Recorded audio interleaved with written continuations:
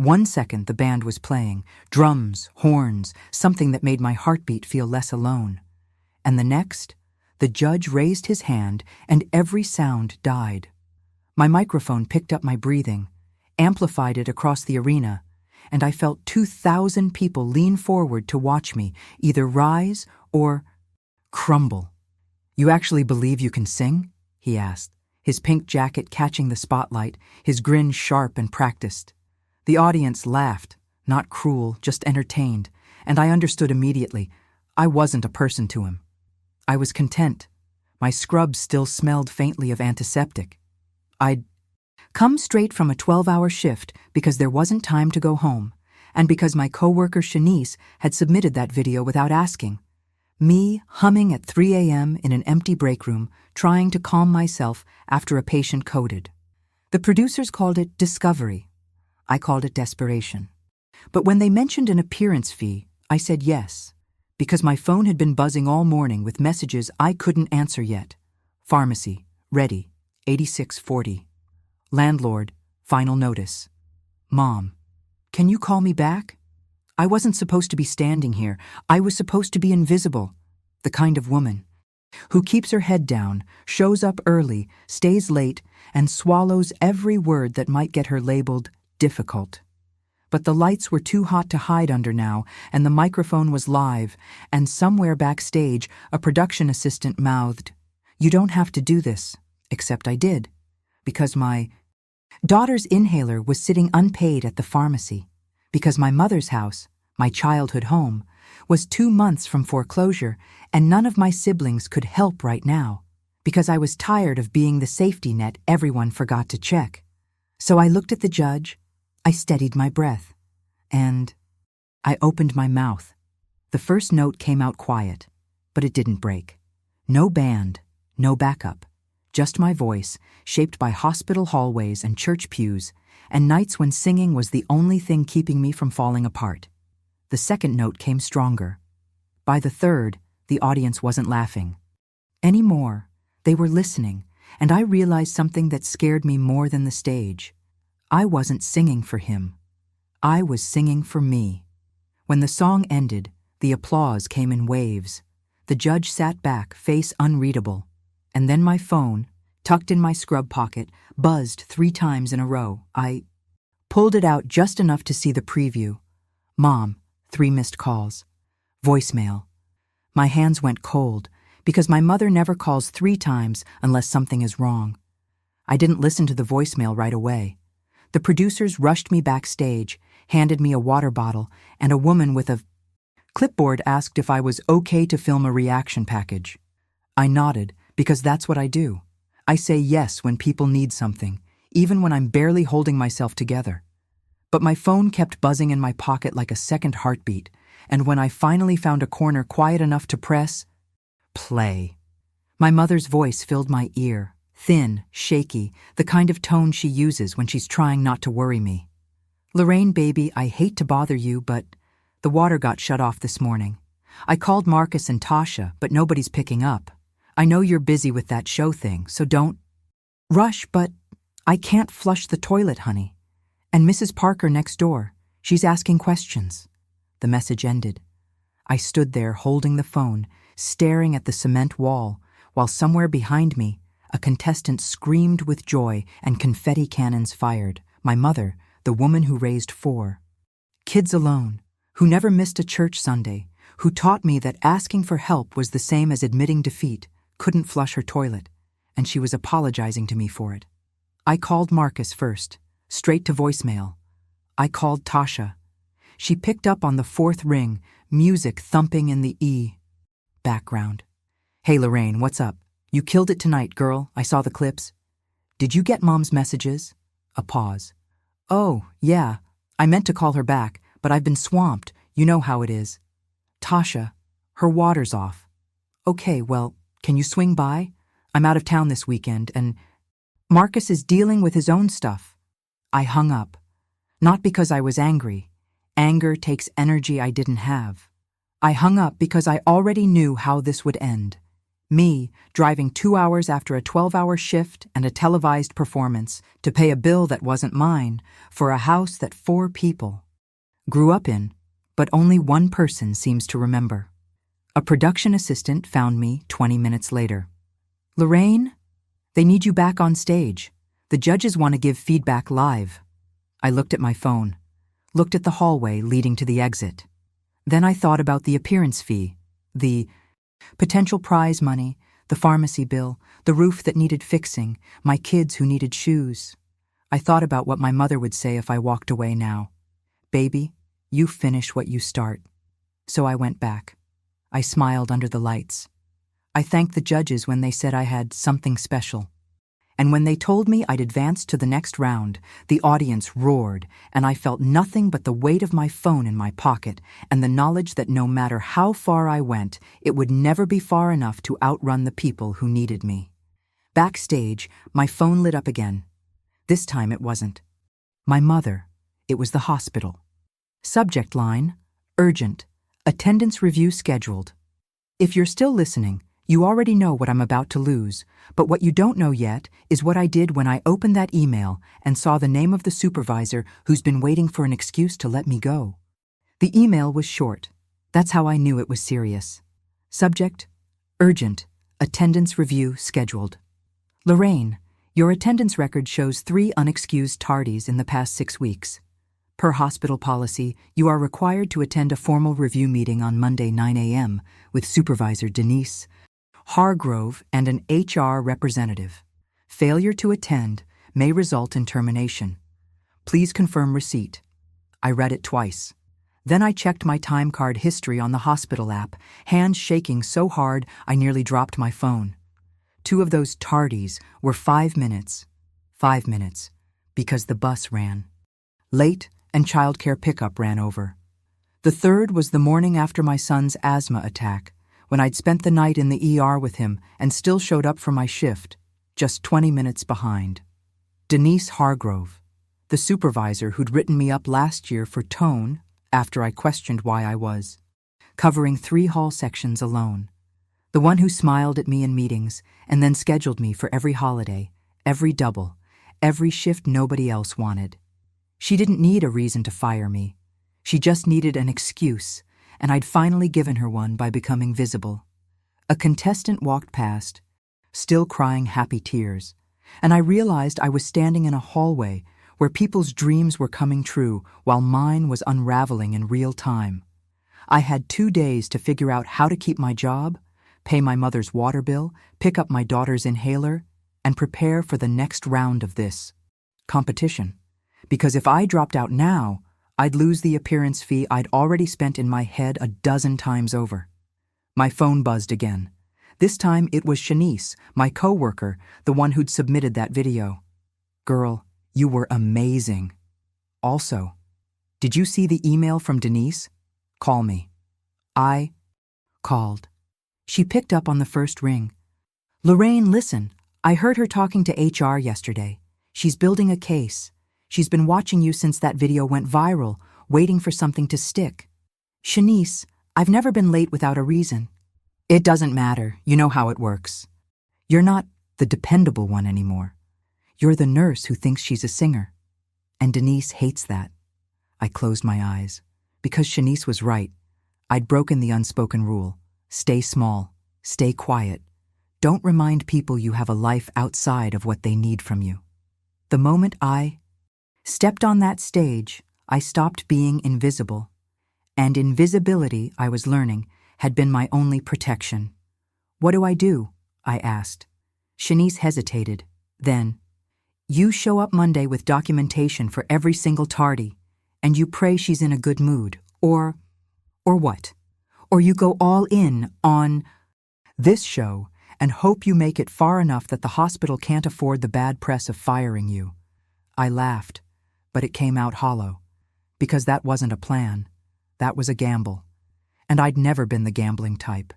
But when I looked at my daughter's inhaler bill, my mother's shut-off notice, and that email sitting in my inbox like a ticking bomb, I realized something that made my stomach turn. I was out of safe options. So I made a choice that night that I'm still not sure was the right one. And if you want to know what I did when I walked into that hospital Monday morning, keep listening, because what happened in Denise's office changed everything. Monday morning, I walked into that hospital like I was walking into court. I had printed every time card, every text to my supervisor about my son's asthma, every bus delay notification from the transit app. I had documentation for things I didn't even think I'd need to defend, because that's what happens when you spend your whole life being the responsible one. You learn to prepare for the moment someone decides you're not. Denise's office was small and cold, the kind of room where bad news gets delivered with HR-approved language. She sat behind her desk, hands folded, face neutral. The HR representative, a young man I'd never seen before, sat to her left with a laptop open, recording everything. "Lorraine, thank you for coming," Denise began, her tone professional and distant. "We're here to discuss your attendance pattern and whether it aligns with hospital standards." I slid my folder across the desk. "Every tardy is documented here. 2 were bus delays outside my control. 1 was a medical emergency with my son. I notified you each time per protocol." She didn't open the folder. "Lorraine, this isn't just about the tardies. It's about reliability. When you're late, other nurses have to cover for you. It creates strain on the team." "I've covered more shifts than anyone on this floor," I said, keeping my voice steady. "I've worked every holiday for 3 years. I've trained 4 new hires. This quarter alone. If we're talking about reliability, my record speaks for itself." Denise's jaw tightened. "Your record also shows that you've been distracted lately. Social media presence, public appearances. We need staff who are focused on patient care, not personal projects." And there it was. The real reason. Not the tardies, not the policy. The fact that I had stepped outside the box they'd built for me, and now I was a problem that needed managing. The HR rep cleared his throat. "Ms. Carter, hospital policy does allow for documented absences. Based on what you provided, we can issue a formal warning instead of termination, but any future attendance issues will result in immediate review." Denise's expression flickered, just for a second, with something that looked like disappointment. She'd wanted me gone, and I'd survived. Barely. "Understood," I said, standing. "Is there anything else?" "Just one thing," Denise said, leaning back in her chair. "The next round of your show. It's scheduled during your shift Thursday night. You'll need to choose." My stomach dropped. Because she was right, and she knew it. I left that office with my job intact, but my options shrinking, and when I got the call from the producers that same afternoon asking me to confirm my spot in the semifinals, I realized I was standing at a crossroads I couldn't avoid anymore. So stay with me, because what I said next set everything in motion. "I need to take Thursday off." I said it to Denise through the glass window of the nurses' station, my voice steady, even though my hands were shaking. She looked up from her charts, one eyebrow raised. "You just got a formal warning, Lorraine. You understand what requesting time off right now looks like?" "I understand, but I'm asking anyway. I'll find someone to cover my shift. I'll work a double on Saturday. I just need Thursday." She studied me for a long moment, then shrugged. "If you can get coverage, fine. But if you can't, you're scheduled. And if you no call, no show, we're done." I spent the rest of my shift texting every nurse. I knew. Most didn't respond. 2 said they couldn't. 1, Shanice, said yes, but only if I covered her New Year's Eve shift in return, which meant I'd be working a 16-hour stretch on the worst night of the year. I said yes anyway, because I was out of choices that didn't cost something. At home, at CTR. That night, my daughter sat at the kitchen table doing homework while my son played on the floor with toy cars that were missing wheels. The apartment was too small, too warm, and the stack of bills on the counter had grown taller than I remembered. My phone buzzed with a text from my mother. "Water's back on. Thank you, baby. I know you're busy." I hadn't told her I'd paid it. I hadn't told her I'd put it on a credit card I couldn't afford to carry a balance on, Because that's what we do in my family. We fix things quietly, we carry the weight silently, and we never, ever ask why it always falls on the same person. My daughter looked up from her homework. "Mama, are you really going back on that show?" "Yes, baby. Thursday night." "What if you lose your job?" I froze, because she was 10 years old and already understood what I'd been trying to protect her from. That survival was a series of impossible choices, and sometimes there was no right answer. "I won't lose my job," I said, even though I wasn't sure. She nodded, but she didn't look convinced. And that night, after I put them both to bed, I sat at the kitchen table with my phone in my hand and stared at the group chat. With my siblings, dozens of unanswered messages about Mom, about bills, about decisions that somehow always became mine to make. I typed, "I can't keep doing this alone." Then I deleted it, because I already knew what they'd say. Thursday came faster than I was ready for, and when I walked into that theater for the semifinals, I had no idea that the song I'd chosen, and the moment that followed, would be the thing that finally forced my family to see what they'd been refusing to look at all along. The semifinals were different. Bigger lights, louder audience, cameras that followed you. Everywhere, even backstage, where there was nowhere to hide. A producer pulled me aside before soundcheck and asked if I'd be willing to do a family package. A filmed segment where they'd interview my kids, my mother, maybe my siblings, and cut it together with emotional music to play before my performance. "It's great for audience connection," she said, smiling. "People love seeing the support system behind the talent." I almost laughed. Support system. As if my family had been anything other than a series of closed doors and unreturned calls. But I said yes anyway because refusing would raise questions I didn't want to answer on camera. They sent a crew to my mother's house that Wednesday. I wasn't there, but my mother called me afterward, voice tight. "Lorraine, they asked me about the water bill and the house. Who told them about that?" "Nobody, Mama. They probably saw it in the background or asked neighbors." "Well, Marcus is upset. He says it makes us look bad." I closed my eyes. Of course Marcus was upset. Not because Mama had been without water, but because now people knew. Because visibility was the problem, not the neglect. "Mama, I have to go. I'll call you later." I didn't call later.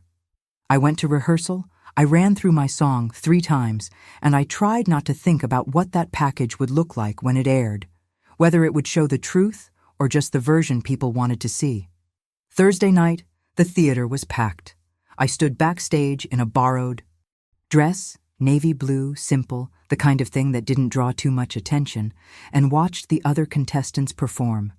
They were good, better than good, and I was a night shift nurse in a dress that didn't fit right, about to sing in front of millions of people while my job hung by a thread, and my family stayed silent. When my name was called, I walked on stage, and the screen behind me lit up with the family package.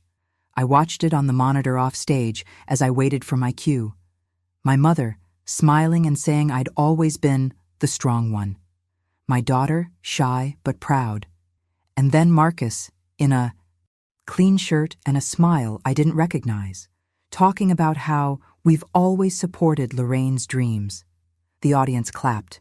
I felt nothing but a hollow ache in my chest because the version of my family on that screen didn't exist. And now I had to sing like it did. But when the music started and I opened my mouth, something inside me shifted, and what came out wasn't the song I'd rehearsed. Stay close, because what I did next broke every rule they'd given me, and it's the reason you're still listening.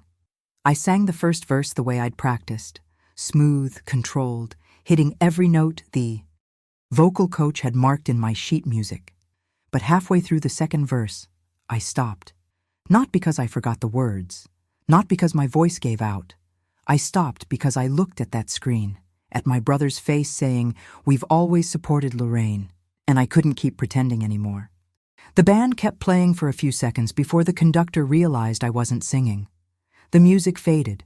The audience went quiet. One of the judges leaned forward, confused. "Lorraine, everything okay?" I looked at the camera, then I looked at the audience, and I made a choice. I need to say something, I said, my voice clear and steady through the mic. That video you just watched, it's not the whole story. My family loves me. I know that. But love and support aren't the same thing, and I think a lot of people watching this know exactly what I mean. The producer in my ear was yelling, was something. But I kept going.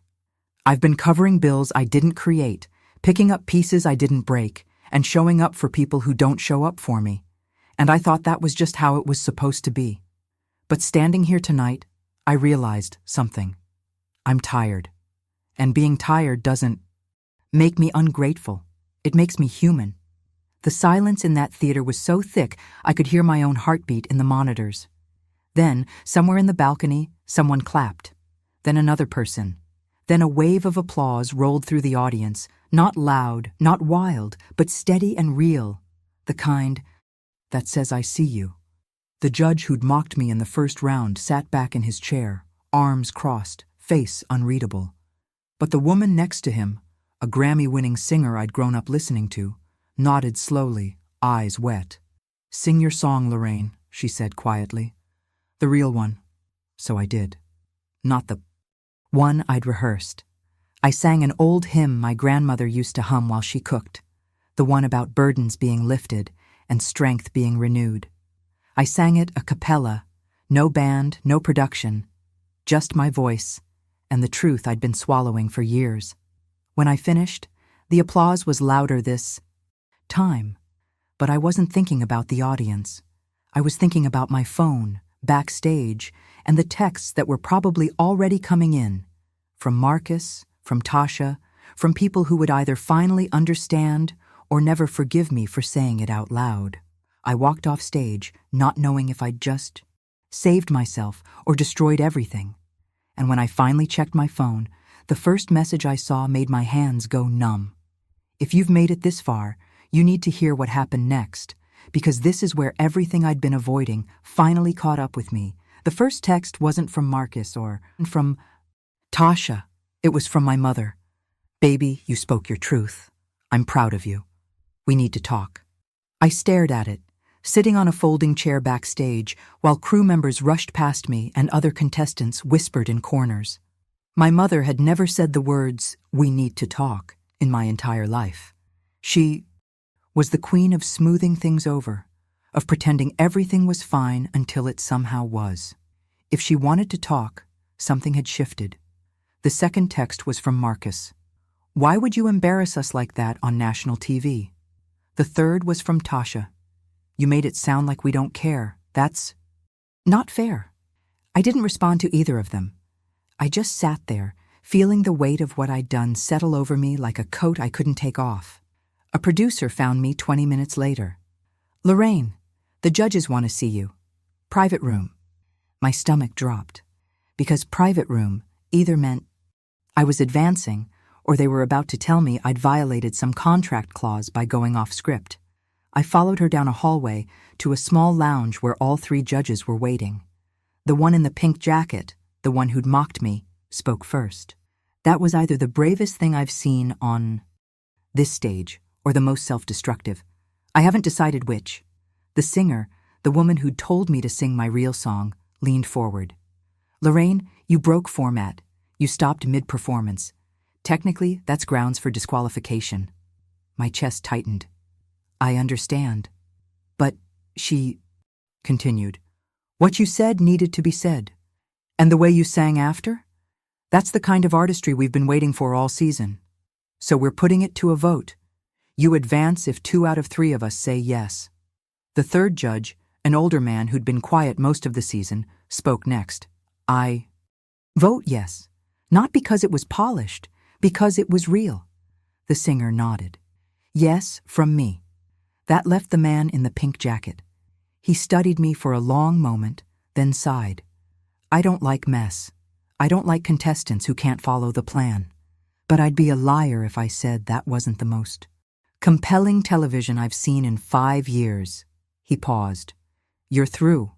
But Lorraine, don't do that again. Next time, we might not be so generous." I nodded, throat too tight to speak, and left the room before I could cry in front of them. I made it to the parking lot before my phone rang. It was my mother. I answered. "Lorraine, I need you to come by the house tomorrow. Your brother and sister will be here. We're going to sit down and talk. Really talk." "Mama, I have a shift tomorrow." "Lorraine." Her voice was firm in a way I'd never heard before. "This can't wait." So I went. And what happened in that living room the next afternoon is the conversation I'd been waiting my whole life to have. But I need you to stay with me, because this is where the story gets harder before it gets better. They were already there when I arrived. Marcus on the couch, Tasha in the armchair, Mama in her usual spot by the window. Nobody was smiling. Nobody was pretending. That's how I knew this was different. Mama spoke first. "Lorraine, sit down." I sat. My hands were shaking, so I folded them in my lap and waited. "I watched that show 3 times, Mama said quietly, and every time heard something I didn't want to hear. That I let you carry too much. That I didn't ask what it was costing you. Mama, you didn't—" "Let me finish." Her voice was gentle but firm. "You're right. I've leaned on you because you've always been the one who could handle it. But I never asked if you wanted to. I just assumed, and that wasn't fair." Marcus shifted uncomfortably. "Lorraine, I didn't realize you were covering the water bill or the roof. You never said anything." "I shouldn't have to say anything," I said, my voice sharper than I intended. "You're my brother. You grew up in that house too. Why is it always on me to ask for help? Why can't you just see?" The room went silent. Tasha looked at her hands. "You're right," Marcus said finally. "I got comfortable. I figured if you needed something, you'd ask. But that's not how it works, is it? You've been asking. We just weren't listening." Tasha spoke next, her voice small. "I didn't think it was that bad. I thought you had it under control." "I do have it under control," I said. "But that doesn't mean I should have to. That doesn't mean I'm not drowning." Mama reached over and took my hand. "We're going to fix this, not just today. Really fix it. Starting with splitting Mama's bills 3 ways and taking turns checking on me. And Lorraine, you're going to let us." I wanted to believe her, but I'd heard promises before. Half-hearted offers that lasted a week, good intentions that faded as soon as life got busy again. So I just nodded, because I didn't have the energy to hope. 3 days later, I was back on stage for the finals. Not the winner's spot, the final 3. And this time, when they played the family package, it was different. My mother, my brother, my sister, all sitting together, talking honestly about what they'd missed and what they were going to do differently. It wasn't perfect. It wasn't a miracle. But it was real. When I sang that night, I didn't sing for the judges or the audience. I sang for every woman who'd been told she was strong enough to carry it all and believed it. Until she broke. I sang for my mother, for my daughter, for myself. And when the final votes came in, I didn't win. I placed 3rd. But standing on that stage, holding my kids, watching my mother cry proud tears in the front row, I realized something. I didn't need to win. I just needed to be seen. The show ended. But my story didn't. Because what happened after the cameras turned off is the part that mattered most. And if you've stayed with me this long, you deserve to know how it really turned out. The prize for 3rd place was smaller than I'd hoped, but bigger than nothing. $15,000. A local sponsorship deal, and an invitation to sing at a community fundraiser that paid enough to cover 2 months of rent. It wasn't life-changing money, but it was breathing room. And breathing room, I'd learned, was a kind of wealth all its own. I kept my job at the hospital. Denise didn't congratulate me, but she stopped scheduling me for every double, and when I requested time off for my son's asthma follow-up, she approved it without a fight. I didn't forgive her. But I learned how to set boundaries, even when they made people uncomfortable. My family kept their promise, mostly. Marcus started paying 1/3 of Mama's bills, though he missed a month when his car broke down. Tasha came by twice a week to help with groceries and doctor's appointments. It wasn't perfect. There were still moments when old habits crept back, when I felt the pull to just handle it. Myself, because it was faster, easier, less complicated, but I didn't. I let them stumble. I let them learn. And slowly, it started to feel less like I was holding everything together alone. My mother's house stayed standing. We fixed the roof with the sponsorship money, and Mama started letting the church help with yard work instead of insisting she could do it herself. She told me once quietly that watching me speak my truth on that stage had given her permission to admit she needed help too. That maybe strength wasn't about carrying everything. It was about knowing when to put something down. I didn't become famous. I went back to my night shifts, back to my small apartment, back to the life I'd been living before the cameras found me. But something had changed. At work, I spoke up when schedules were unfair. At home, I said no when I needed to. And with my family, I stopped, pretending that love was enough if it didn't come with action. My daughter asked me once if I regretted not winning. I thought about it, really thought about it, and then I told her the truth. Baby, I didn't need to win. I just needed to remember that my voice matters, not just when I'm singing, all the time. She nodded, and I saw something in her eyes I hadn't seen before. Understanding. Not the kind that comes from being told, but the kind that comes from watching someone live it. The judge in the pink jacket sent me a message months later, after the season aired in full. It said, "You made better television than I wanted to admit. Keep singing. But more importantly, keep talking." I didn't respond, but I saved it. Because sometimes the smallest acknowledgments carry the most weight. I still sing, at church, at the fundraiser, sometimes just in my car on the way to work when the night feels too long. But now when I sing, it's not to prove anything. It's not to earn anything. It's just because my voice is mine, and I finally believe it deserves to be heard. This is where my story ends, or maybe where it really begins. Not with applause or prizes, but with the quiet, steady work of building a life where I'm not the only one holding the weight, where asking for help isn't failure, where being seen doesn't mean being used. If you've listened this far, thank you. Not just for hearing my story, but for recognizing your own in it. Because the truth is, we're all carrying something. And maybe the bravest thing we can do is stop carrying it alone.